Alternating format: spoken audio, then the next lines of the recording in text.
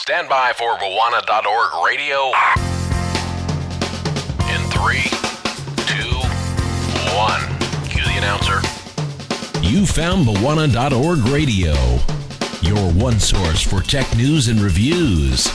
Now, almost live from sunny Florida, here's your host, Bwana McCall. Greetings, folks, and welcome to episode 273 of Bwana.org radio. We got a great show lined up for you. 5 stories to talk about. 5 stories about tech news and reviews. And we got some gadget stuff today. Sometimes, excuse me, I went through a little puberty moment there. But sometimes we talk about websites and we talk about software a lot. But today we're going to talk about some gadgets and some hardware, which I like to talk about from time to time. I've done some hardware reviews on Bwana.tv from time to time, and I've talked about them here sometimes on Bwana.org radio. So rather than focus on a lot of mobile news, I'm trying to get away from that because, Android and Apple and a lot of the mobile stuff can dominate the tech news. So I'm trying to diversify a little bit and find a little bit of other things because, one of the big stories yesterday, which I'm not going to talk about today, you may be shocked, was Samsung's announcement of their new smartwatch. And, I'll talk about it a little bit right now. It was just, it was a smartwatch, and it's called the Galaxy Gear. And we kind of knew it was coming, and we talked about it on the last show. There's some little tidbits that you can find out on the internet, but I'm not going to cover it today. You can find a lot of information about it, and, Sony did their thing, and a lot of other companies are coming out with the smartwatch stuff. Some people are expecting Apple to do it. I don't know if they're going to do it, but we'll see. But we're going to try to diversify a little bit. That's what we do here at Bwana.org radio. We're over at live.bwana.tv and at twitch.tv/Bwana doing this behind the scenes thing. So without further ado, let's go ahead and get started with episode 273 of Bwana.org radio. It's time for Bwana.org radio's tech news for this week.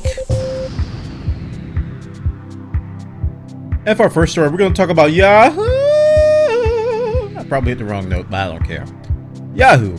And I want to talk about this story because it's kind of a interesting topic for me. It's the transition of branding.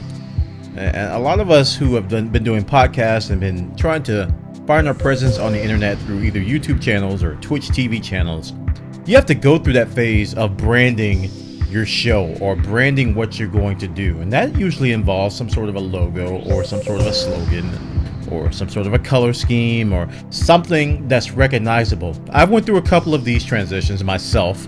I've went through a couple of logos. You guys may remember some of my caricatures from old and how it's evolved over the time, and my B logo, which is kind of an avatar version or a kind of an icon version that's easily recognizable but simple enough to put anywhere and to make fairly quickly. I didn't want anything super complicated. That's why this next article is very, very interesting to me, because Yahoo has changed their logo. And the gadget title is kind of hilarious. It says, and it still says Yahoo. Yes, it does. And, they're joking around because a lot of people thought Yahoo wasn't going to be around. If you talk to a couple of people a year and a half ago, 2 years ago, they said, well, Yahoo's probably not going to be here 2 years from now. And here we are. Yahoo is still going strong. I talked about them last show, about how they're being very impressive with their latest maneuvers. Now, this is a simple logo, and they put together a little video, which I thought was cute. They kind of drew it from like an artist's perspective. I'm not an artist myself, but I saw some very interesting techniques. I doubt that's how they actually did it, but it was a very interesting video. It's a very simple font, and it's not terribly bubbly. I think the last Yahoo logo was like kind of bubbly, had like big bulges on the edges, and it was more I don't know if it's sans serif is the term I'm looking for, but this one's more non-sans, I guess, if you will. It's more flat on the edges, and I actually like it. It's simple. It's a font that I would use on my stuff. It's not necessarily something that is flamboyant or over the top. It looks, for the most part, it looks very plain, and I think it's kind of representative of where Yahoo is going. I think they're going for a more straightforward approach and not a more super social, if you will, looks more professional. This looks like something you would put on a letterhead of some company that is selling, I don't know, doorstops. That's the best thing I could think of. But it's not terribly impressive, but at the same time, it's not ugly either. It's like right down the middle ground. And that's how I brand my stuff. I don't try to overdo things. I try to keep it simple, while at the same time keep it recognizable. I was really happy to see that they slanted the exclamation point just a little bit, because that is a Yahoo kind of a tradition. That's always been there since day one. That exclamation point has always tilted a little bit to the right. And I'm glad they kept that. If they would have put it straight up and down, then it would have been like, oh my goodness, have they lost their mind? What is Yahoo thinking? Why in the world did they make that? You know, they actually kept it actually pretty presentable. So check this story out, guys, over at oh my goodness, thunder. Oh, check this story out over at Engadget.com. They got the details. Yahoo's new logo is out. What do you think? Is it alright or is it ugly? But for our next story, we're going to talk about the ASUS Transformer. Now, this was an Android tablet that I was fond of initially, and specifically the ASUS Transformer Prime. It was a good tablet, and I say was because over time it kind of degraded a bit. I think some of the ASUS fans know what I'm talking about. It's like the performance of the OS gets worse and worse over time, and it's like you have to, I don't know if you have to do a wipe every now and then to get it to perform, but it's just been a little bit sluggish. But the ASUS Transformer Prime was one of the top ones, one of the first high-end luxury type tablets of Android that really got good marks. Now, the reason why I'm talking about it is because a new ASUS Transformer tablet is out, but this one is fairly unique. It's called the ASUS Transformer Book Trio Tablet. That's a lot of freaking words. If you're trying to sell this, you're like, why don't you try the ASUS Transformer Book Trio Tablet? ASUS Transformer Book Trio. That's a lot of words. They need to come up with like ASUS Snickers. Pull a book from Google. Let's steal a candy bar and call it Snickers. The Transformer Book Trio Tablet. Now, why is it called a Book Trio Tablet? Well, it's because it has three different purposes. It can be used as a standalone Android tablet, like the Transformer Prime, with or without the keyboard. Or it can be used as a Windows 8 ultra portable notebook. Or it can be used as a desktop system with the keyboard connected to an external monitor. That's pretty flexible. I've never seen a dual booting tablet before. And the idea just, I don't know why, it just escaped my brain. I never thought of doing this, but now that this is before my face, I kind of have to consider the possibilities of it. This is pretty cool. Imagine taking a tablet out and, as a tablet, and suddenly you got a mobile OS. This is kind of what Windows 8 and Windows RT is trying to do. They're trying to make a single OS for the mobile coupled with the desktop all in one. But this is kind of taking it to a new level. This is saying, all right, Windows 8 kind of sucks as a true mobile tablet OS. But we're going to give you Android for that. But you can dock it and use it as Windows 8 and get your desktop and get everything, get a mouse connected or whatever.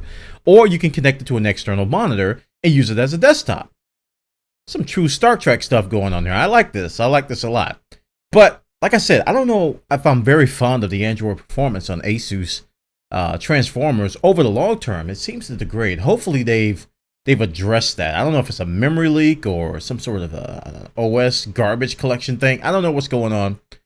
But the Windows 8 coupled with the Android experience makes for a very flexible device, and I'm interested in it. I mean, that's a cool little combination, especially with the keyboard they provided. Actually looks like, at first glance, it looks like a portable notebook.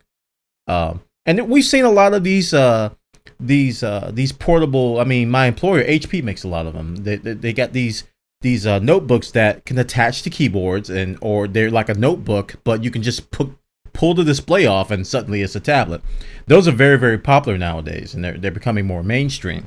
But this is the first time I've seen one just automatically transform, if you will. It's a great name, the Transformer Transform. and it transforms from Android to Windows 8. Now, how seamless is that transformation? I have no idea. I have no idea if it's a reboot that has to happen. Is it an instant thing? The thing does have a 64 gigabyte SSD, so that's pretty good. But other than that, I mean, that's the only downside I can see. It has 13 hours of battery life in Android mode and 5 hours of Windows 7 mode. That kind of confuses me because, yeah, this is kind of a contradiction on the article and the specs. They say Windows 8. They even got screenshots of Windows 8, but they say 5 hours of Windows 7 mode.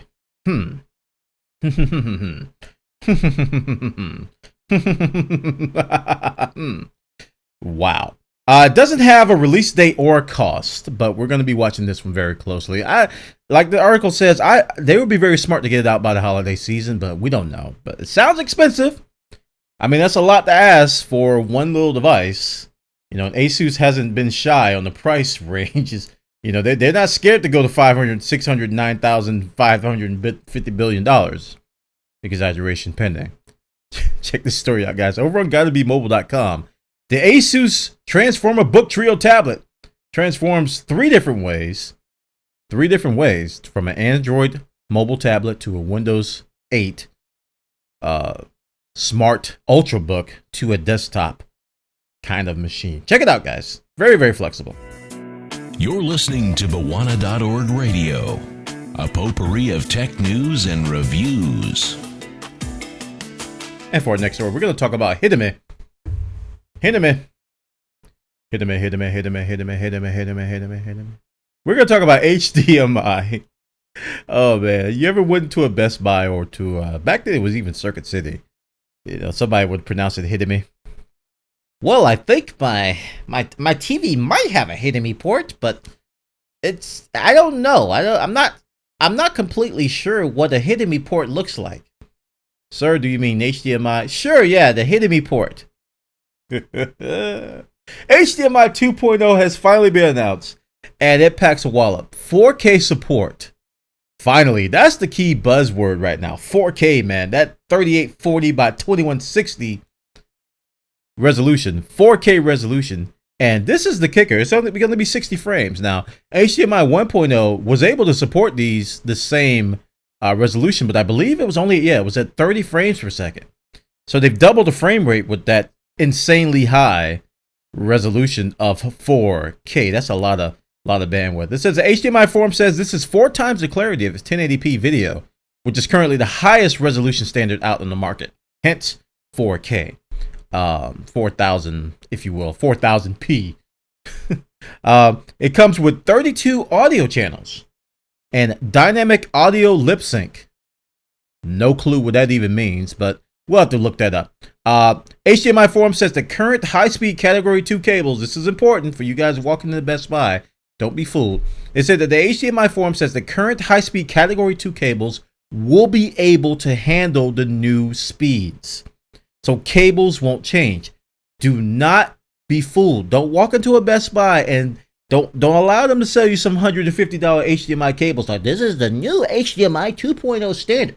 Now, if you want video that's going to support 4K, you have to get these gold-plated, fairy-dusted cables from Narnia. All right, these were shipped from Narnia. All right, we got a wardrobe in the back. It costs millions of dollars, but we're going to give you a discount. For only $450, you could have this Narnia-dusted cable. All right, it's going to support 4K resolution. You're going to get the full 60 frames. All right, full 60 frames from these Narnia-dusted cables. Don't be fooled. The existing cables should be fine. Okay. All right. So, but you probably need a 4K television set. So if you're going to be in the market for that, you probably have already done your research and you're not going to buy a $500 cable for stuff you don't even need. It says new 4K television sets will be able to rock this new HDMI 2.0 spec to give viewers the best experience with the plug-in set-top boxes and for HDMI dongles, which are the future. We talked about Chromecast on here. We also talked about some HDMI dongle video game consoles, which are coming out as well. Some Android-based ones. So we're going to see a lot of HDMI dongle type devices coming out very, very soon. So check this story out, guys. Oh, compared to Thunderbolt, let's talk about Thunderbolt 2. Thunderbolt 2 was recently announced. It had speeds of 20 gigabytes per second, or gigabits per second, which is a little bit more than 18 gigabits per second for HDMI 2, and is able to handle 4K video. But Thunderbolt, as you know, is Apple standard.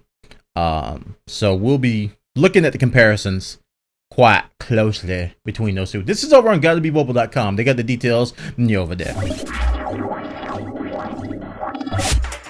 You found Bawana.org Radio.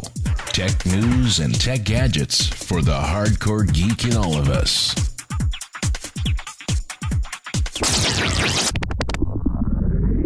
Have you cut the cord yet?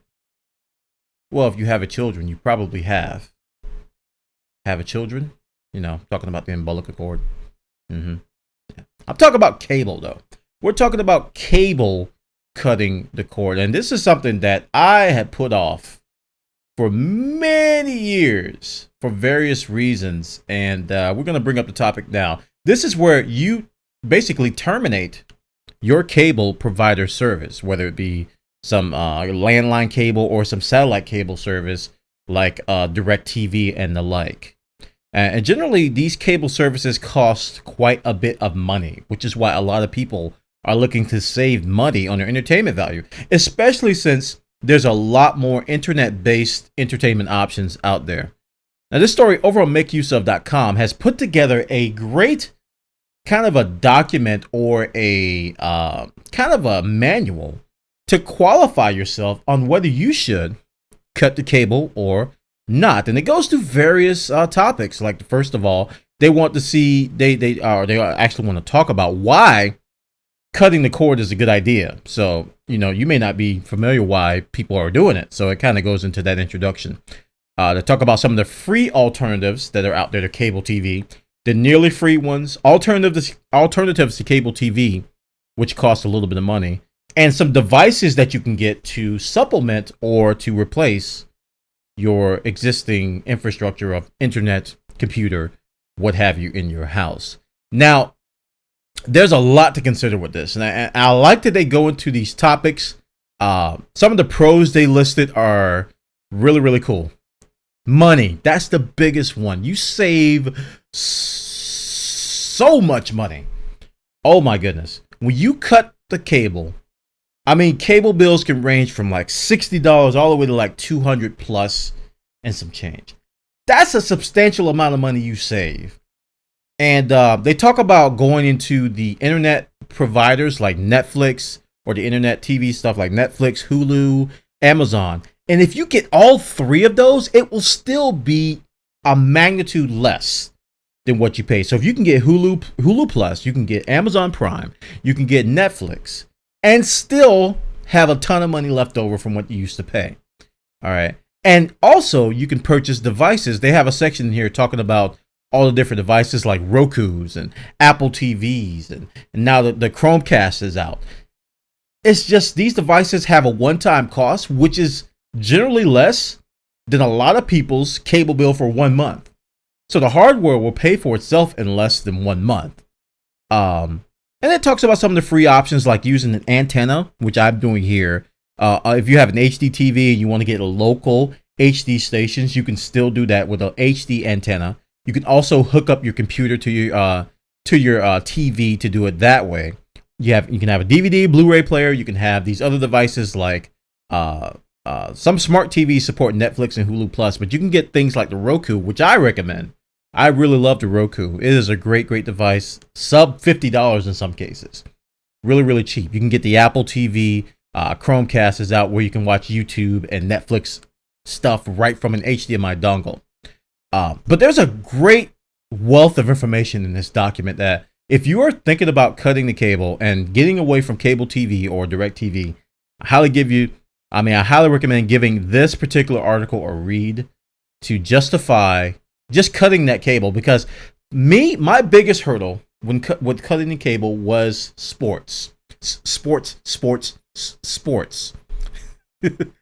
I love my college football. I love my college basketball. I love my professional football. And I'm kind of still watching professional basketball, but not as much as I used to. and other sports as well. I like to watch sports news, ESPN, and the like. And I didn't want to lose live sports coverage. And that's one of the big one-ups that, cable and satellite providers have over cutting the cord options. There's some partnerships being formed between console providers like Xbox 360 and ESPN to provide you that live sports experience. And the PlayStation 3 had MLB baseball for a while. And they're trying to make that transition, but it's not quite there yet. And as football season is starting, like now, I find myself wanting to watch it, but I can't. I'm limited to my local stations and what's available on the internet. And it's not all that was there. So that's a gap that I had to deal with when I cut the cord. And I'm getting over it, but it's still kind of a void for me. And they talk about that here.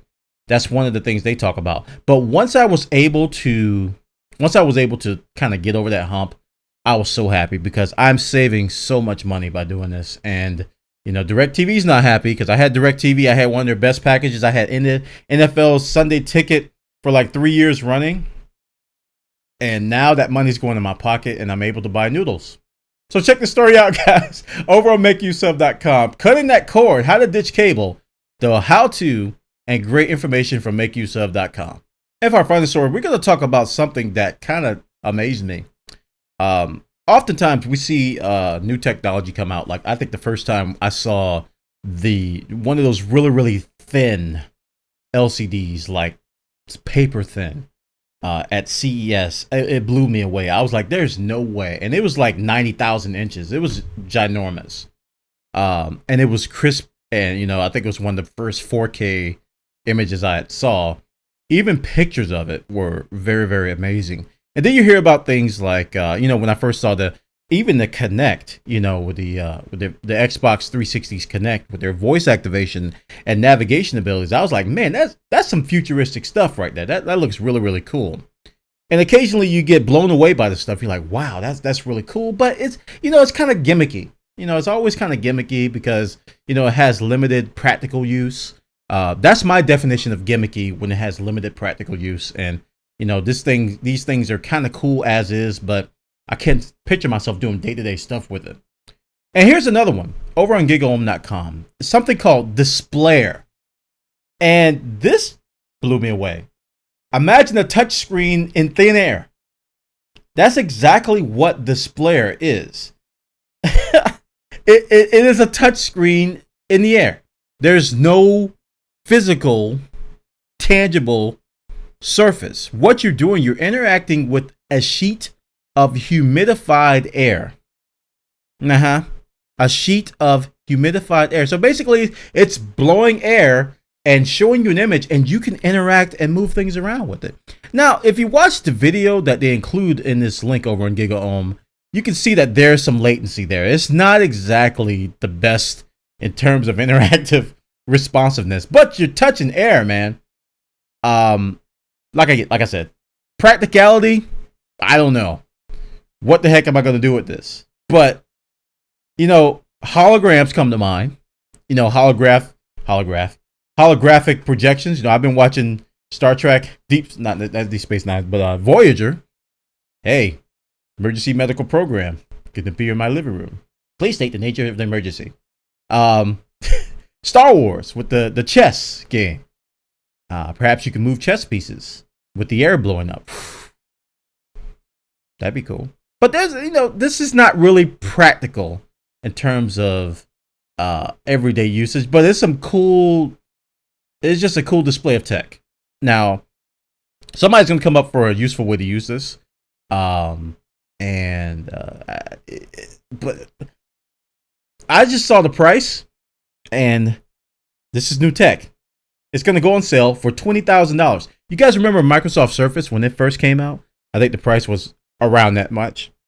A lot of stuff. But here's their market, guys. Their intended market are like airports, museums, and malls.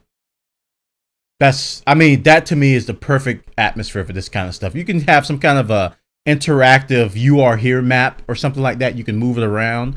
or you can have something that the kids can play with, like they have Angry Birds showing here. You may have some sort of a interactive narrative going on with museums, talking about what you're looking at behind this particular air thing. There's some practical purposes behind those markets, and when you think about it from that market perspective, it makes sense. But for the home market, for me personally, nah, man, I can't drop $20K to touch air. That's just way too much. And it's gonna be in a darkened room, which museums and malls and airports can provide, especially airport lounges and museum rooms that talk about rare artifacts. And it makes a quiet hum. It's not really loud, and it uses about the same energy as a laptop, so it's not going to kill you when it comes to power. But check this story out, guys. This is some cool tech. Displair. It's one of those things, man, just make you go, wow, I'm living in the 25th century all of a sudden. What's going on here? Check it out, guys, over on gigalalbum.com. They got details over there. Hey, guys, Buona here. Just want to take time to thank our corporate sponsors, Amazon.com, Greenman Gaming, and YouTube. Without these guys, Buona.org radio would not be possible. So thank you to our corporate sponsors. And that concludes episode 273 of Buona.org radio. I want to thank everybody for listening to the show. Check us out over on YouTube, youtube.com/IOBuffa. That's where the episodes are posted right now. That's kind of our digital hub right now. My main website at radio.buona.org is kind of on the fritz, so I recommend you check it out over on YouTube. I do put direct links to the MP3 download over there as well. If you are following the RSS feed, that should be fine from the radio.buona.org site. We're also at live.buona.tv and at twitch.tv/Buona. This is our live video presentation of what's going on, kind of a behind the scenes of the production and post-production of the show. So if you want to get a behind the scenes look at what the show is about, come by here about Tuesdays and Thursdays around 5 to 6 p.m. when I knock off work, and you can see what goes into that particular process. You can follow me on Twitter at twitter.com/Buona, and also on Google Plus at google.com/+Buona. Everybody have a great weekend, and day, that Monday. And I hope you all enjoyed the show, and I will see you all next time. Take care. Bye-bye.